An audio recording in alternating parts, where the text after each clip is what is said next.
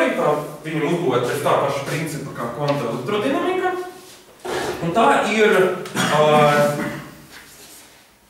alfa Jukavas, kaut kāds efektīvais lādiņš, dalīts ar atomu starp nukloniem. Un tad šeit parādās eksponenciāls reizinātais, kurš atbilst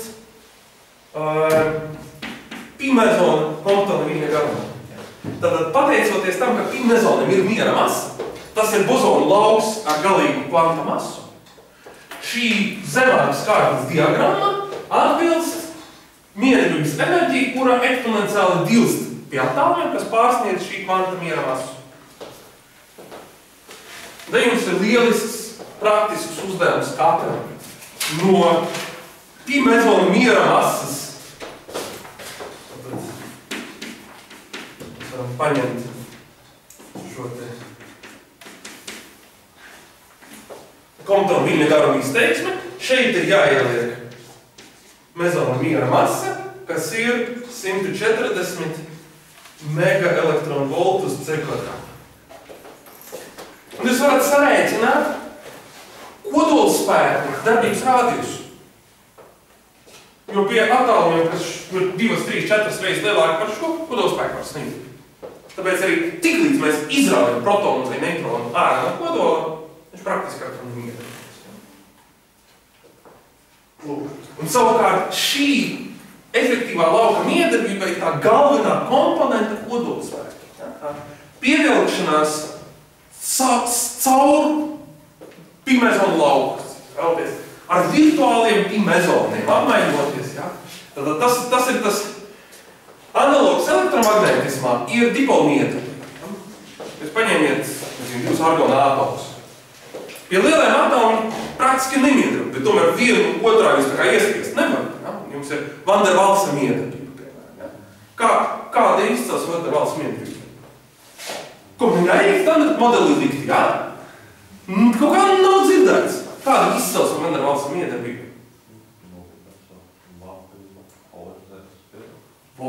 Eventuālā fundamentāla miedarbība ir elektromagnētiskā Van der Waalsam. Ja? Kas notiek Van der Waalsam? Ja? Man ir fluktuācijas, man nav pilnīga plus un mīnusa kompensācija. Man ir fluktuējošais dipola moments vienam argonam, fluktuējošais dipols otrajam argona atomam un kaut kāda pāri paliekošā elektromagnētiskā miedarbība ir, tikai viņi dilst ar attālumu daudz straujāk nekā viens dalīts ar Coulomba potenciāls. Mēs viņu saucam atsevišķā vārdā, ir efektīvā miedarbība. Tieši tāpat miedarbība starp protonu un neutronu ir efektīvā. Tā fundamentāla miedarbība, kur ir atbildīga, šeit ir stiprā, bet tipiskais kodola izmēru nosaka šī te krāsu neitrāla kvanta miera masa. Ja? Tā ir krietni lielāka par krašu protonu izmēru. Lūk, un to var līdz zināmai precizitātei diezgan precīzi aprakstīt ar šo te Jukavas teoriju, kā tādu kodola lauku, ja? Mezona lauks, kurš tad saista kopā tos protonus ar neutrāniem. Un tikai, ja jūs veicat ļoti precīzus eksperimentus, tad rodas nobīdes no šīs te Jukavas teorijas, un tad tomēr tā krāsu struktūra nav pietiekami, lai to aprakstīt. Tāpat kā Van der Waalsa miedarbība pietiekami maziem attālumiem ir nobīdes no tā potenciāla, kas kādās vienkāršākās aproksimācijās ir. Kā šī pati miedarbības virsotne izskatās palielinājumi? Ja? Kā viņa reducējas vai saistās ar krāsu miedarbības virsotnē? Tas ir laikam pēdējā bilde, kur es gribu jums uzzīmēt, lai es viņu izprastu. Tādu jautājumu eksāmenā izlādēt, mēs varētu par to parunāties. Tātad uzzīmēsim, kas ir neitrons. No kādiem faktiem tas sastāv? U, D, D. Tad dzīvoja, un tad protons ir U, D, sakot, ka viņu ieklīti, un viņu vienu grib uzrakstīt U, D, U. Es tādā secībā. Kāpēc es gribu rakstīt tādā secībā? Tāpēc, ka dzīvoja U kvārks un turpina dzīvot, lai viņam labi klājas. Dzīvoja D kvarks un turpina dzīvot, arī tam lai labi klājas. Bet dzīvoja D kvarks un kaut kas viņa dzīvē ir noticis. Lūk, un tas, ko es zīmēju, patiesībā amplitūdu klase. Un tās ir amplitūdas, kur ir notikusi. Jā. Tātad sekojoša lieta.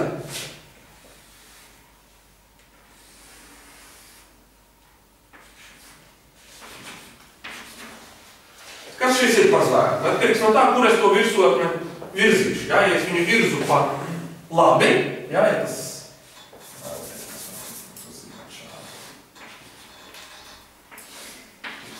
Ja es viņu virzu pa šādi, tad tas ir anti-U, U iet atpakaļ laikā un D. Tad tas man izskatās pēc anti-Pi plusa, ja Pi mīnus. Tad šis ir protons, kas ir pozitīvs, un šis ir neitrons, kas ir neitrons. Un šī galā, kas man ir? Man ir protons, kuram ir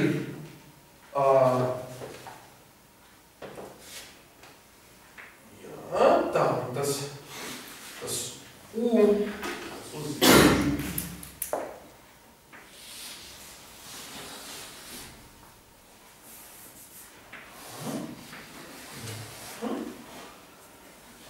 man ir jāsaka protonu, kas ir U.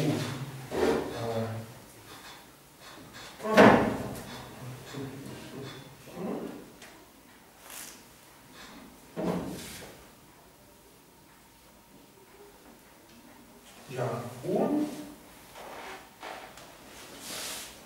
D, U, un tad šīs ir U, šīs ir D, un šīs arī ir D.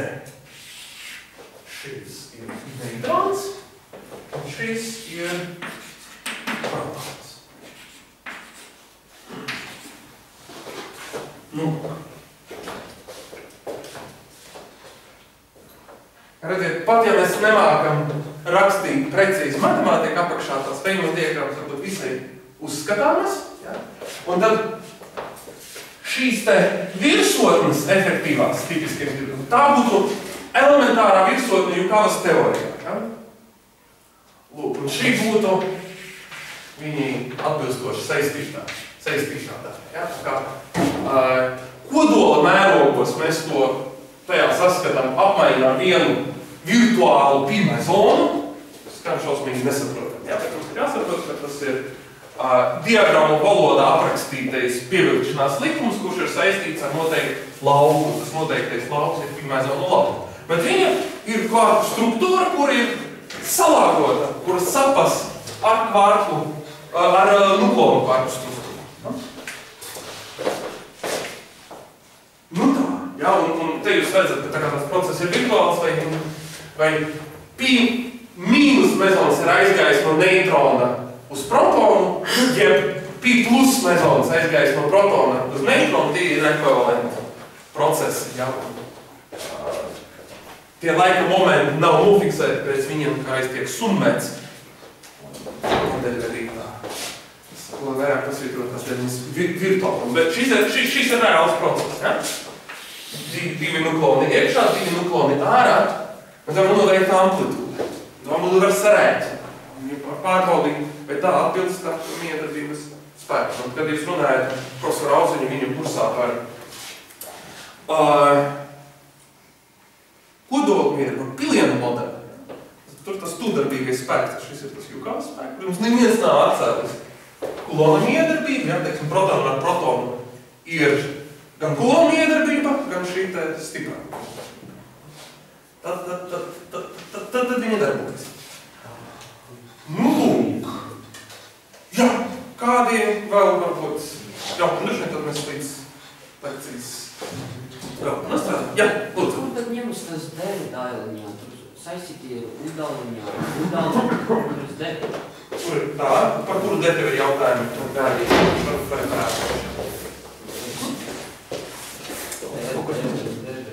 U iet. U iet, ja viņš pagriezis pretēji laikā, tad viņš kļūst par U. Viņš atpakaļ laikā, tad viņš ir U.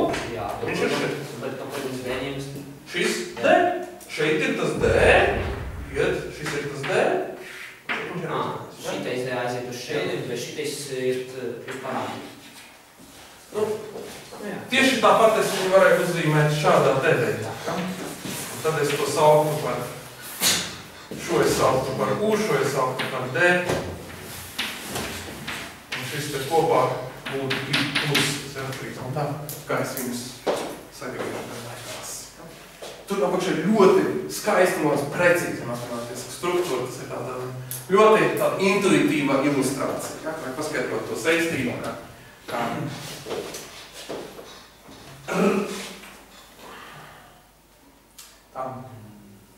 pāri palikusi miedarbība starp nukloniem ir noekranētā krāsu miedarbība.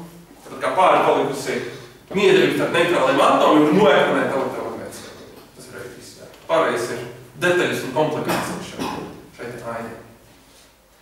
Lūk. Un tieši tāpat, ka jums jāuztaisa molekulas teorētiski, divu ūdeņraža atomu pie lielajiem attālumiem būs Van der Waals samiedrība, pie maziem attālumiem atklāsies, ka viņi vispār mīl dzīvot kopā un veido ūdeņraža molekulu, kuras miera enerģija mazu lietiņu mazāka nekā divu brīvu ūdeņraža atomu. Pēc ūdeņraža molekula ir stabils stāvoklis, bet sarēķināt ūdeņraža molekulu precīzi. Tad diena ir jāver vaļā tas ūdeņraža atoms un jārēķina pilna elektromagnētiskā miedarbība, ko jūs darat fizikas kursā. Tieši tāpat, lai tā pa īstam sarēķinātu, kā kodols ir uztaisīts no protoniem un neitroniem, jāvēr vaļā kvantu chromodinamikas kasti. Ja? Tas ir viens no izaicinājumiem kodola fizikā, ka ir noteikti efekti, kuru skaidrošanai nepietiek pat ar visai daudz sarežģītākiem efektīviem potenciāliem. Ja? Ka tā nuklonu kvantu struktūra atstāja savu ietekmē kodola fizikā, bet tas ir tāds smalks efekts. Ir diezgan daudz var panākt pat ar tādām vienkāršām lietām kā pilienu modelis, tas ir šī te Jukavas miedarbības vēl vienkāršotāk versija. Kodolam ir ierosinātie stāvokļi. Jā. Vēl arī neitronam ir ierosinātie stāvokļi. Gribētu vienkārši precizēt, kādu situāciju, kādu procesu apraksta tāda Feynmana diagramma procesu, kad ir blakus, kad ielido neitrons un protons, un tad izlido ar citādiem ātrumiem. Šopat varētu fiziski norealizēt, jo neitrons, viņš ir eventuāli nestabils, bet tas ir pilnīgi kosmiskos mērogos salīdzinot ar šo. Kāds ir dzīves laiks neitronam? 15 sekundes, minūtes. Minūtēs, ja? Absolūti mūžīgi, salīdzinot par tādiem ļoti stabilu Pi plus mezonu. Ja? Tātad šīs divas mūžīgās daļas var uztaisīt no reaktoru neitronu pūli, var šaut virsū protonu pūli un skatīties, kā notiek izklēja. Ja? Tu vari tīrā veidā tikai šo te procesu lietu. Tu vari sarēķināt šo te diagrammu, tad tu būsi no kvantu chromodinamikas aprēķinājis Jukavas miedarbības šo te konstantu un ielikt šo te kā spēku, tāpat, ka jūs liekat protonu elektrisko lādiņu, tāpat jūs liktu jukavisko lādiņu nuklonam un uztaisīt kādu vienkāršu čaulu modeli, piemēram, kodoli, kas būs visai labā sakritībā ar eksperimentu. Tas būtu tas cits lietojums, ja, kas viņu netiešā veidā lietot. Tieši tāpat, ja esmu no šīs diagrammas elektrodinamikā dabūjis Kulona likumu, tad es varu aiziet pie mužnieku, viņš to notas. Kaut gan viņam tās diagramma, viņš nelieto tādā labā. Tādā ziņā. Vēl kādi jautājumi par stipro miedarbību? Tas nozīmē, ka, lai sagrautu to stipro miedarbību, vajag tik daudz enerģijas, cik ir vienāds ar B, anti-D un anti-U. Tā, kādu tu gribi sagraut? Te rodas tā termoloģiskā neveiklība, ja? Ka viens puses ir kodola miedarbība, kur arī sauc par stipro miedarbību. Tad vēl ir tā krāsu miedarbība, kur arī stiprā, bet tā, kur saista kvarkus kopā. Tu šobrīd runā par šo efektīvo miedarbību, kas tur protonu neitronu kopā, ja? Jā. Tā, un tad tu gribi saprast, cik tipiski vajag daudz enerģijas, lai saistītu stāvokli, tā kā sarāt. Jā. Vai mēs varam novērtēt neitronu saites enerģiju? Es pat droši vien, un tad minējums ir, ka tas būtu kaut kur ar lieluma kārtu tā viena kvanta miera masa, droši vien, ja? Viens no minējumiem. Te man ir, es tādā griezumā nemaz nebiju par šo jautājumu domāju, tas ir foršs jautājums. Sakiet lūdzu, kādas ir saites enerģijas tipiskās kodolā? Te pašam Deitrons, kāda ir saites enerģija? Profesors Alziņš ir mācījis? Deitrons. Kas ir Deitrons? Mēs nezinām. Ir ūdenradis. Kas ir ūdenradis? Tad deitērijas? Deitrons ir deitērija kodols. Ok. Protonu un neitronu saistītais stāvoklis. Protonu un neitronu šī miedarbība satura kopā ir stabils, saistīts stāvoklis. Tāpat kā elektromagnētiskā miedarbība starp protonu un elektronu, vai starp pozitronu un elektronu var radīt saistīts stāvoklis par pozitroniem. Un viņa tipiskā enerģija ir tie 13 elektronvolti, daži 10 elektronvolti. Tad jautājums, kāda ir Deitrona saites enerģija? Liekas, tie ir daži megaelektronvolti. Tur būtu jāpaskatās. Tā kā tas būtu vēl krietni mazāks par pīmezonu miera enerģiju, bet redz, tas nav tiešā veidā saistīts ar viņa miera masu. Ar viņa miera masu tiešā veidā ir saistīts tas diapazons, ja? Bet tas, cik liels tas spēks ir tas, ko tu vari izdarīt, kā mēs to varētu novērtēt. Tad mēģina, man pasviera izaicinājumā, es varu novērtēt saites enerģijas par protonu un neitronu, cik tas ir stiprs. Varbūt es varam izdarīt šādi. Es zinu, ka tipisks izmērs atbildīs darbības rādījus un kodolspēks, kas ir saistīts ar pīmezonu masu. To skaitu mēs varam aprēķināt, protams, no galvas. No galvas kāds ir tas tipiskais. Tas būs ļoti ieteicams mājas darbs. Tas jau ir sarēķināts. Šeit ir precīzi formula. Tad, lai novērtētu saites enerģiju, ja, kas tajā ir? Te ir potenciāla enerģija un kinētiskā enerģija. Kāda ir tajā Deitronā vidēja kinētiskā enerģija? Draugi, kā es viņu varētu novērtēt?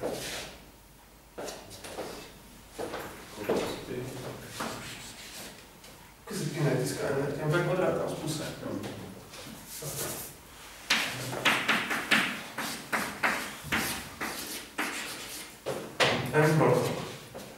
Kāds ir tipiskais impulss? Tipiskais impulss ar saistīts, kāds viņš ir? Jā, viņš ir saistīts ar impulsa koordināts nenotiek. Tas tipiskais izmērs ir šis. Tad es saku, ka šajā vietā es likšu Planka konstanti dalītu ar tipisko attālumu starp protonu un neitronu, kas savukārt ir lambda Comptona pi.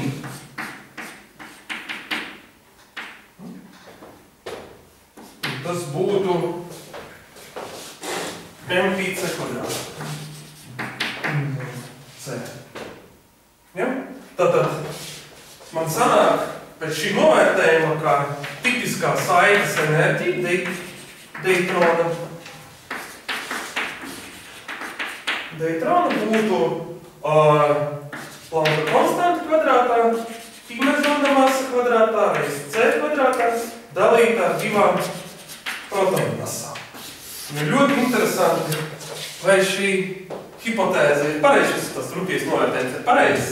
Tā kā jums ir vaļā sacensība, kas šos te ciparus sareiķinās, pirmais ierakstīs formulā, vai nostrādā vai nenostrādā. Un šo ciparu mēs varam pēc lieluma kārtas salīdzināt ar Deitrona saites enerģiju. Šis būtu tas, kā es veiktu novērtējumu. Okay? Nezinu, tas man būs pārsātinājis, bet pamēģiniet šim argumentam izsekot ar visiem skaitļiem. Vai es stipri izgāzīšos, vai es būsiet kaut ko iemācījuši. Pēc pieļauju, ka būsiet kaut ko iemācījušies abos skaitļos. Tāpēc es nebaidos uz priekšu izgāzties.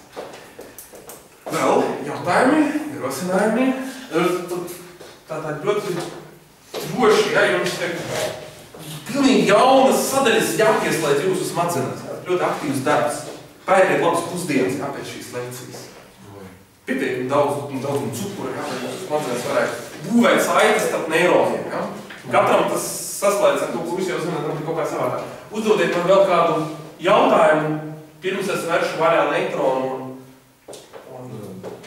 aiziesim uz citu mieru, vēl par stipro, par kodolu. Tā ir jautājums, skatos. Te jau var saskaitīties visi tie un tā tālāk, un tālāk tā kā sakni, svētiem. Viņi var tā kā likt, gan drīz var likt daudz tādas, kā, arvien jaunas daļas ir kā izstāstot, tā ir tāda, Jā.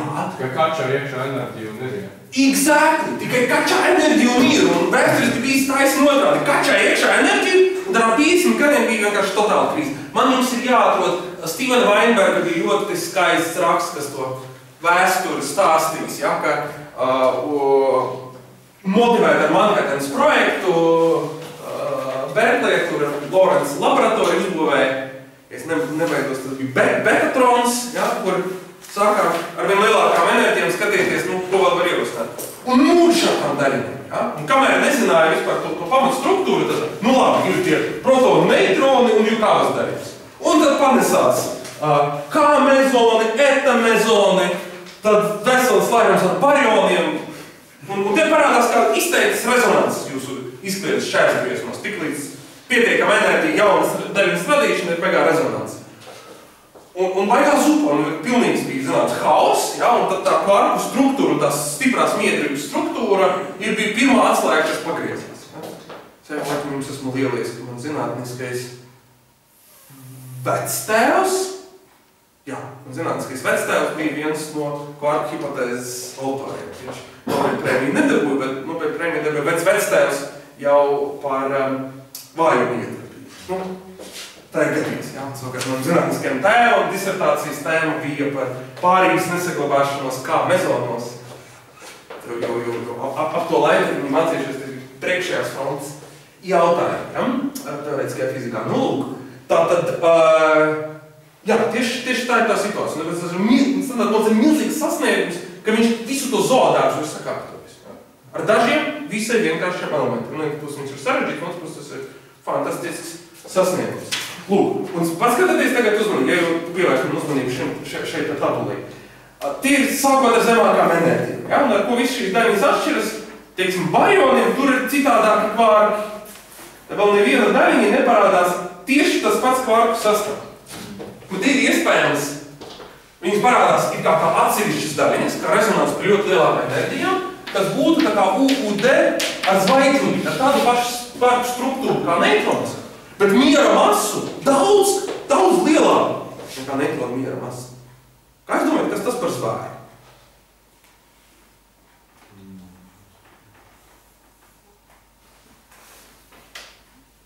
Un dzīves laiks, es jums pateikšu, viņam ir apkārt 10-23 sekundēs. Ja? Vēl 10-8 mazāks par šiem te trim mezoniem. Šausmīgs dzīves laiks, tāda platas rezonanses tika atklāts, un tas bija pēdējais pilnīgs, ka tas tā toči nav elementāra daļa, kaut kam tur ir jābūt. Kādu daļiņu ar citādāku miera masu var no šiem kvarkiem sakombinēt? Kā tas līmēs kopā tagad, kad mēs zinām standarta modeli? Ziniet, kas viņš ir? Viņš ir neitronu ierosinātais stāvoklis. Ierosinātais stāvoklis.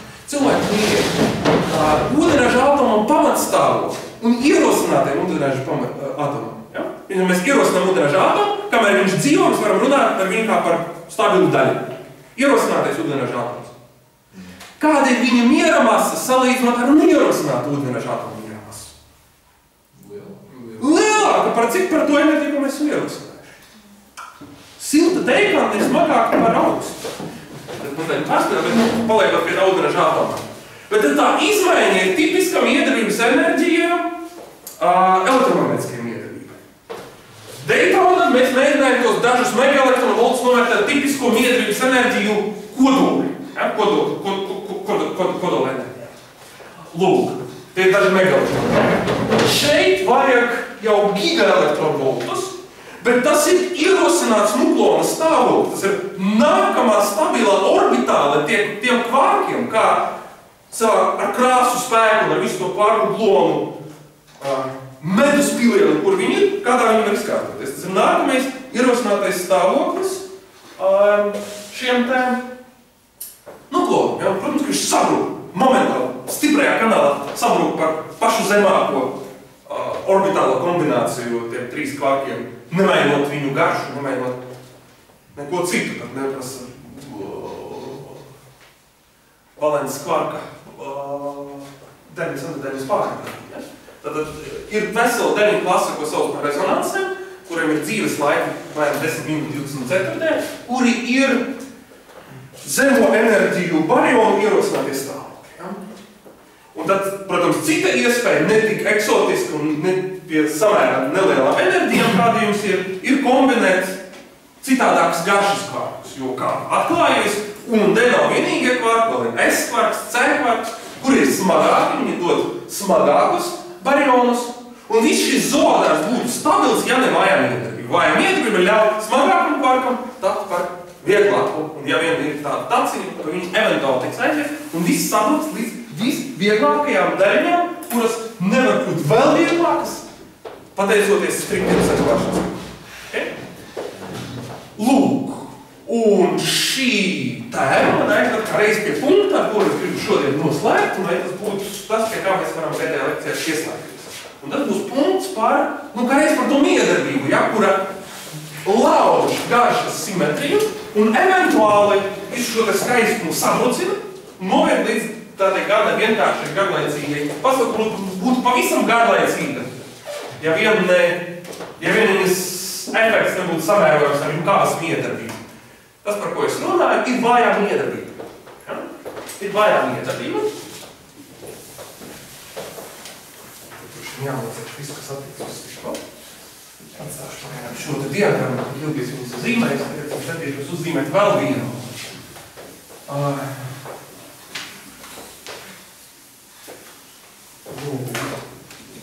Un tātad es jau šodienas lekcijas iezīmēju to, kā mēs zinām, ka ir vājā miedarbība, mēs par to uzzinām tikai tad, kad elektromagnētiskā un stiprā klusē.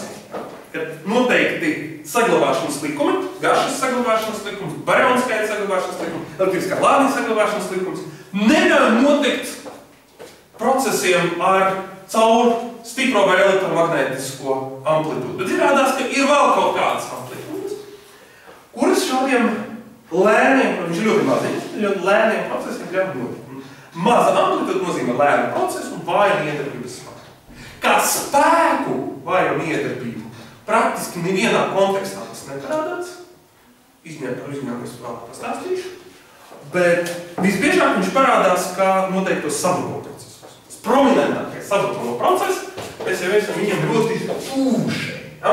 Tātad mēs skatāmies tagad krietni ilgākos mērogos nekā krāsu miedarbības process, pat ilgākos mērogos nekā. Kāds miedarbības process ir, tas ir šis te jautājums. Kas īsti atšķir protonu un neitronu? Kāpēc neitrons ir nestabils, bet protons ir stabils? Kādu tad ātrāk atbildi, kurš no viņiem ir stabils, ko ir jāskatās? Kurā mazāk? Vieglāks ir stabils. Neitrons ir, protons ir maķenīgi vieglāks. Ja? Tātad tā kvarku struktūra, ja mums nemelo, ir UUD,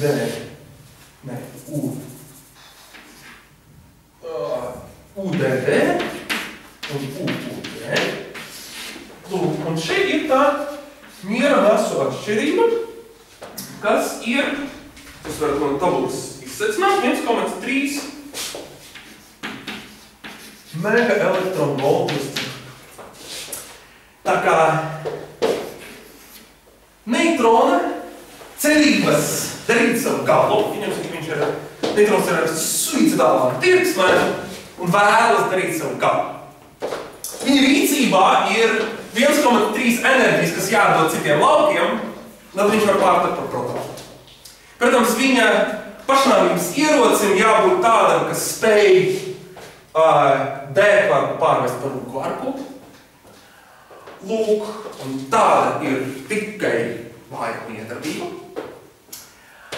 Bet arī tā enerģijas starpība, jo D-kvarku un U-kvarkam bišķi atšķirīgs miera masa, bet tās miera masa definētas tikai ļoti asymptotiskās brīvības robežā. Ja? Tur jāņem vērā visa kombinācija, tā kvarkgluonu lauka kombinācija, kur ir, bet eventuālu starpību mēs precīzi zinām, neatkarīgi no struktūras, ka tie ir 1,3 elektronu. Vājā miedarbība ļaus viņam šādu triku izdarīt. pārtap par protonu, bet pirmkārt, kādam ir jāatdod kā kinētiska enerģija šie 1,3 megaelektronu, un tikai par protonu viņš pārtapt nevar. Jā, viņš no miera nevar izkustināt, viņam impulsu nezinības likustēt. Viņam noteikti jābūt plus kaut kā. Vēl jau vairāk, vēl iemesli, kāda ir jābūt plus kaut kā. Piedodiet atvainojiet, elektriskais lādiņš saglabājas precīzi. Tik tālu, cik mums tas ir zināms. Tātad vajag